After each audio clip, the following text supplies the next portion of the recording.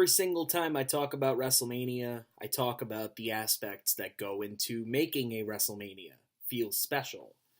And part of what makes WrestleMania feel special is it has to feel like a WrestleMania. It needs to be presented well. It needs to have good crowd involvement, some celebrity involvement. It needs to have big time, big money matches. It needs to have good build up. It needs to it needs to tell a good story. WrestleMania needs to feel like a WrestleMania. And over the past couple of years, one of WWE's biggest problems is their Big Four pay-per-views don't feel like Big Four pay-per-views. They feel like secondary pay-per-views, or they feel like big episodes of Raw. And there are some rare exceptions, and I talked already, about WrestleMania 30. WrestleMania 28 is another notable example, another notable exception to me, because it had the feeling of a WrestleMania. You had 3 big money matches that went almost back to back to back with each other. A good build up to each of them, a good build up to some other stuff. You had a lot of celebrity involvement. You had the crowd involved, not to a point where they're trying to take over the show, but to a point where they become part of the show regardless. You had an overall presentation that was really damn good. They did a great job in setting up Sun Life Stadium. WrestleMania 28 had a lot of good things going for it. And it felt, right from the get-go, like a WrestleMania. Unfortunately, we also cannot overlook the bad. I'm still trying to figure out WWE's obsession with giving away championship matches on a free YouTube pre-show. WWE, what the hell are you doing? It doesn't make the matches feel relevant. It in fact devalues the matches, devalues the championships, and it devalues the participants of said matches. And here at WrestleMania 28, and let me clarify one thing. I said YouTube. Back then it was on YouTube, pre-WWE Network. So if a lot of you are wondering, what are you talking about with YouTube? That's kind of why. But as I was saying, you put this triple threat tag team championship match on the YouTube pre-show, and you're expecting people to care, and no one really does.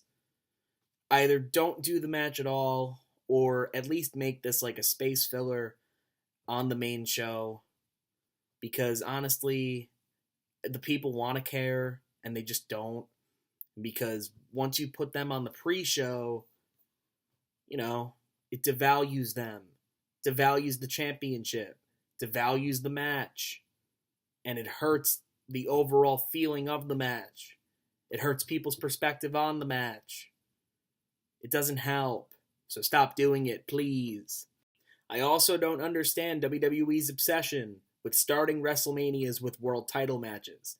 This is the second straight year that WrestleMania has begun with a world championship match. This time it is Sheamus versus Daniel Bryan, and here I am expecting this match to deliver a good solid 10-15 minute world title match at this WrestleMania to really get the crowd invested. The crowd's already invested because Daniel Bryan's there, and then you have a sizable portion of the audience that's cheering for Sheamus as well. All in all, the atmosphere for this match could have been great. Unfortunately, we'll never know because the WWE decided to make this match 18 seconds. Talk about a devalue on performers. Daniel Bryan, devalued. Sheamus, devalued. The world title, devalued. The spot on the card, devalued. What the hell is WWE thinking with these stupid booking decisions? 18 seconds for a world championship match. While occasionally I like the surprise element of having a match end that quickly, not when it involves a world title match. A world title. It doesn't make any sense. And for the Daniel Bryan fans and the Sheamus fans that were pissed off by this and mad by this, I understand that, and I completely agree. Those guys deserve better. Fortunately, they got better at Extreme Rules the next month. But nobody's going to remember that. Everyone's going to remember this 18-second debacle at WrestleMania. Another aspect of making WrestleMania that I always talk about is time management. And again, WWE had poor time management at WrestleMania 28. You had an 18-second world title match that needed to go at least 10 minutes. And then you had this match, Kane versus Randy Orton, that to me deserved more time. Right as it was starting to get good, it was over. And it's unfortunate because this feud between Kane and Randy Orton was actually pretty decent. They actually got a good build to it, going back to the summer of the previous year. And they got a good enough slot on the card. I think that second on the card was a perfect place to put them. And yet, their match was just starting to get going and starting to get going. It was starting to get me interested. It was starting to get the crowd interested. And boom, it was over. I will say that the chokeslam spot at the end was nice. It was different. I just thought that this match should have been more, but the WWE didn't allow it to be more, which is unfortunate because you would think that with Randy Orton, WWE would be giving this match more attention. Because hashtag BCRB, if you know what I mean. Kane versus Randy Orton, solid match, and possibly the best match of the first hour, but not solid enough to get by, though. Speaking of the first hour, this is probably the worst first hour in WrestleMania history. This may, in fact, be the worst first half of any particular WrestleMania. From an in-ring standpoint, or whatever. This first half of the show really got me concerned. And it got a lot of others concerned too. And instead of this show possibly being one of the all-time greatest WrestleManias, it was looking to be one of the all-time worst. And we get here to Big Show versus Cody Rhodes, IC title. And again, you had a feud that was given time. It established Cody, continued to establish Cody as a heel, and a really damn good one. Big Show goes over here. I would have preferred it if Cody went over, to give him another signature victory at a WrestleMania against a big time opponent. But whatever the case may be, when I talk about time management, while the rest of the show was pretty poor, I thought that this match was fine. If you were going to have Big Show win, do it in a short amount of time. That would have been fine, and that would have made sense to the story. You know what? You've been embarrassing me for the past couple of weeks. Now I'm going to embarrass you in front of the entire world. And 78,000 people. I would have been fine with that. But this match was short, and it needed to be short. I just would have preferred Cody Rhodes going over. I'm debating on whether or not I should even talk about the Divas Tag Team match. I understand that you need to have celebrity involvement at WrestleMania, and that's a good thing. But when you start involving them in matches, 9 times out of 10, it's going to be bad. And I'm still debating on whether or not I should talk about it. I've decided. So after this first half, I'm really starting to get nervous. I'm really starting to get concerned. I'm really beginning to think that this WrestleMania is shaping up to be one of the worst of all time. And I knew that these 3 big money matches needed to be near perfect in order for WrestleMania 28 to be somewhat of a success. And boom, Triple H versus The Undertaker, Hell in a Cell, Shawn Michaels as the special ref. Now, storytelling in WWE is sort of a lost art. Here, it was revived. And Shawn Michaels was the story. He was the main character. And Triple H and The Undertaker were his supporting cast. The supporting members, characters, whatever. Now, a lot of you may be wondering, well, if the match is supposed to be Triple H versus The Undertaker, why would the story be about Shawn Michaels? That just doesn't make any sense. Well, I see that. I get that. But they've already faced off twice at a WrestleMania. The Undertaker has already won both times. There's no story left unless you add something else to it. And Shawn Michaels was added to it, and it allowed the story to continue. Now, you saw the storytelling elements, throughout this entire match. Shawn Michaels doesn't want The Undertaker to beat his best friend. But Shawn Michaels also doesn't want Triple H to do something that Shawn couldn't do twice. So throughout the entire match, you had Shawn Michaels try and cost The Undertaker.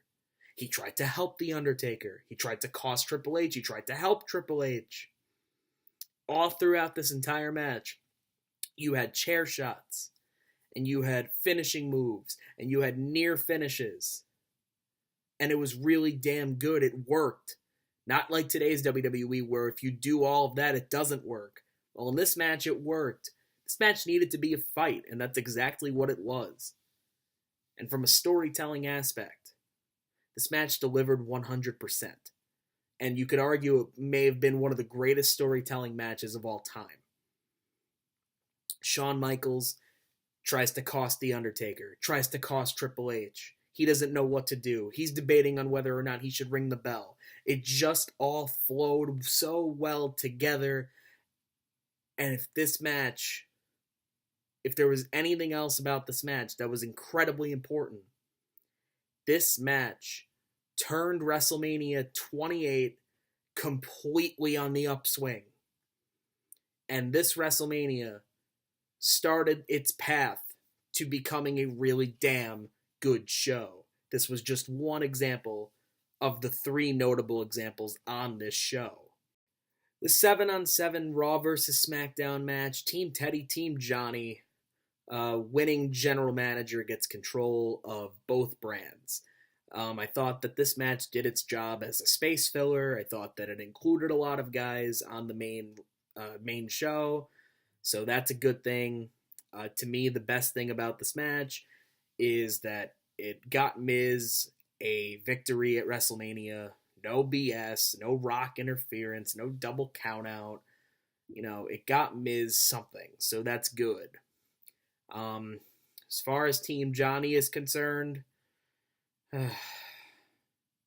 John Laurinaitis as a general manager is the reason why I stopped watching wrestling for almost a year, so that's all I'll say about that. Perfectly positioned on the card was this WWE Championship match. CM Punk defending his championship against Chris Jericho.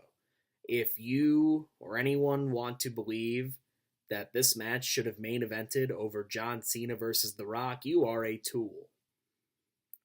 Yeah. This match deserved the spot that it got. It did not deserve anything more. It did not deserve anything less. It deserved its placement on the card. This match actually felt like a world title match at a WrestleMania. The in-ring chemistry between these two guys was really damn good. Then you add that extra storytelling element from John Laurinaitis right before the match. CM Punk, he knows he wants to fight Chris Jericho. He knows he wants to destroy Chris Jericho. Here's John Laurinaitis saying that if you get disqualified, if you lose your temper, you're going to lose the title. And it turned into a really damn good wrestling match. And there were times when CM Punk was tempted to get DQ'd. He was tempted to let everything overcome him. But he didn't. And it worked perfectly for the story. And it worked perfectly for this match. And CM Punk goes over at a WrestleMania. He gets a big-time signature victory against a big-time opponent for a big-time championship in a big-time spot at WrestleMania. What else can you say about that? So after all of this, we get to the main event of WrestleMania 28, Rock versus Cena once in a lifetime. This was the match that was going to determine if this show would be memorable, forgettable, more importantly, successful. And it was all on this match. That was a year in the making, a year in build-up. This was the match that was going to determine the fate of WrestleMania 28. Rock versus Cena for the first of two times. Once in a lifetime.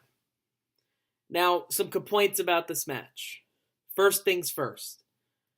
The first four matches on the show, the undercard, they all got an hour of time combined.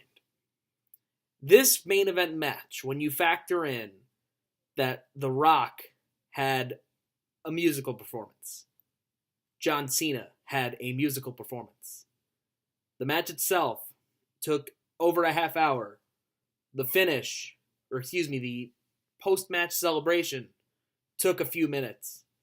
When you factor all of this in, this match almost went an hour.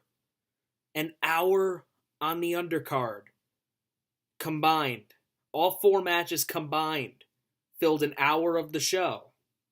This main event match alone filled an hour of the show. It was almost too much.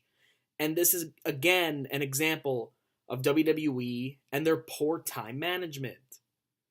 If you look at the first four matches on the show, one of them went 18 seconds, one of them went 5 minutes, one of them went 6 minutes. Kane versus Randy Orton needed more time. The world title match needed more time. I was fine with Big Show and Cody going 5 minutes. I thought that actually that needed less time. The Divas match shouldn't have even happened, but that's a whole nother story. When you factor in these four undercard matches, they went a combined hour.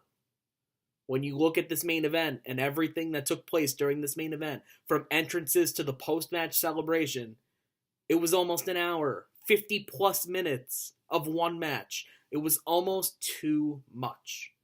However, this match had a Rock Hogan atmosphere. This match had electricity. It had buzz. It had attention.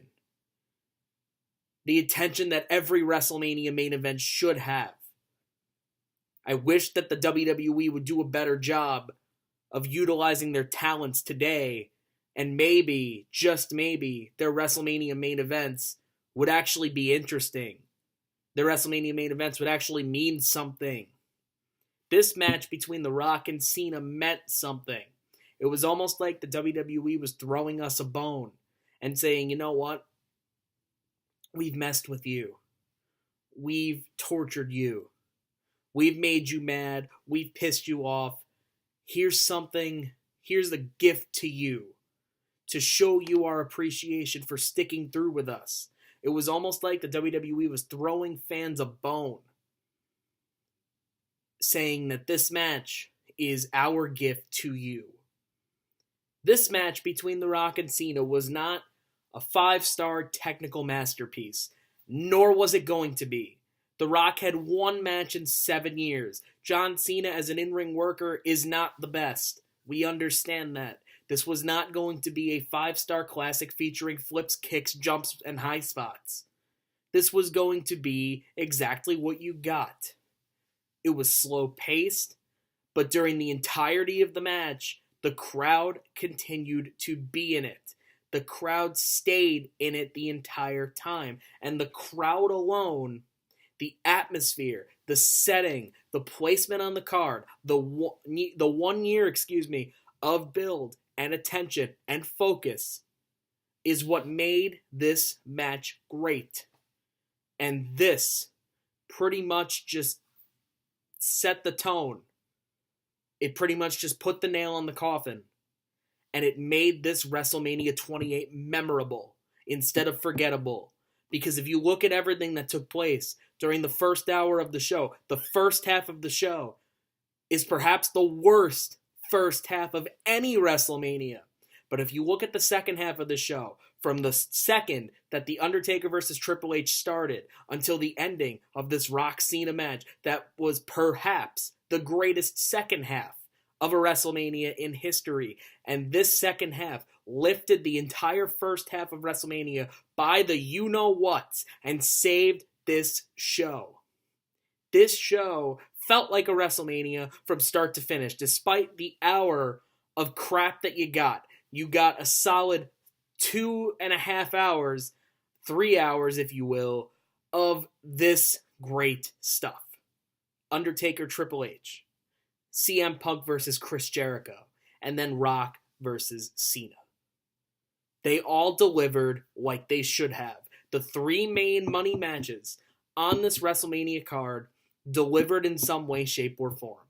No matter what you want to say, no matter what you want to argue, that's what happened. That's the reality. And this second half of WrestleMania made this WrestleMania a memorable one instead of a forgettable one like I thought it was going to be.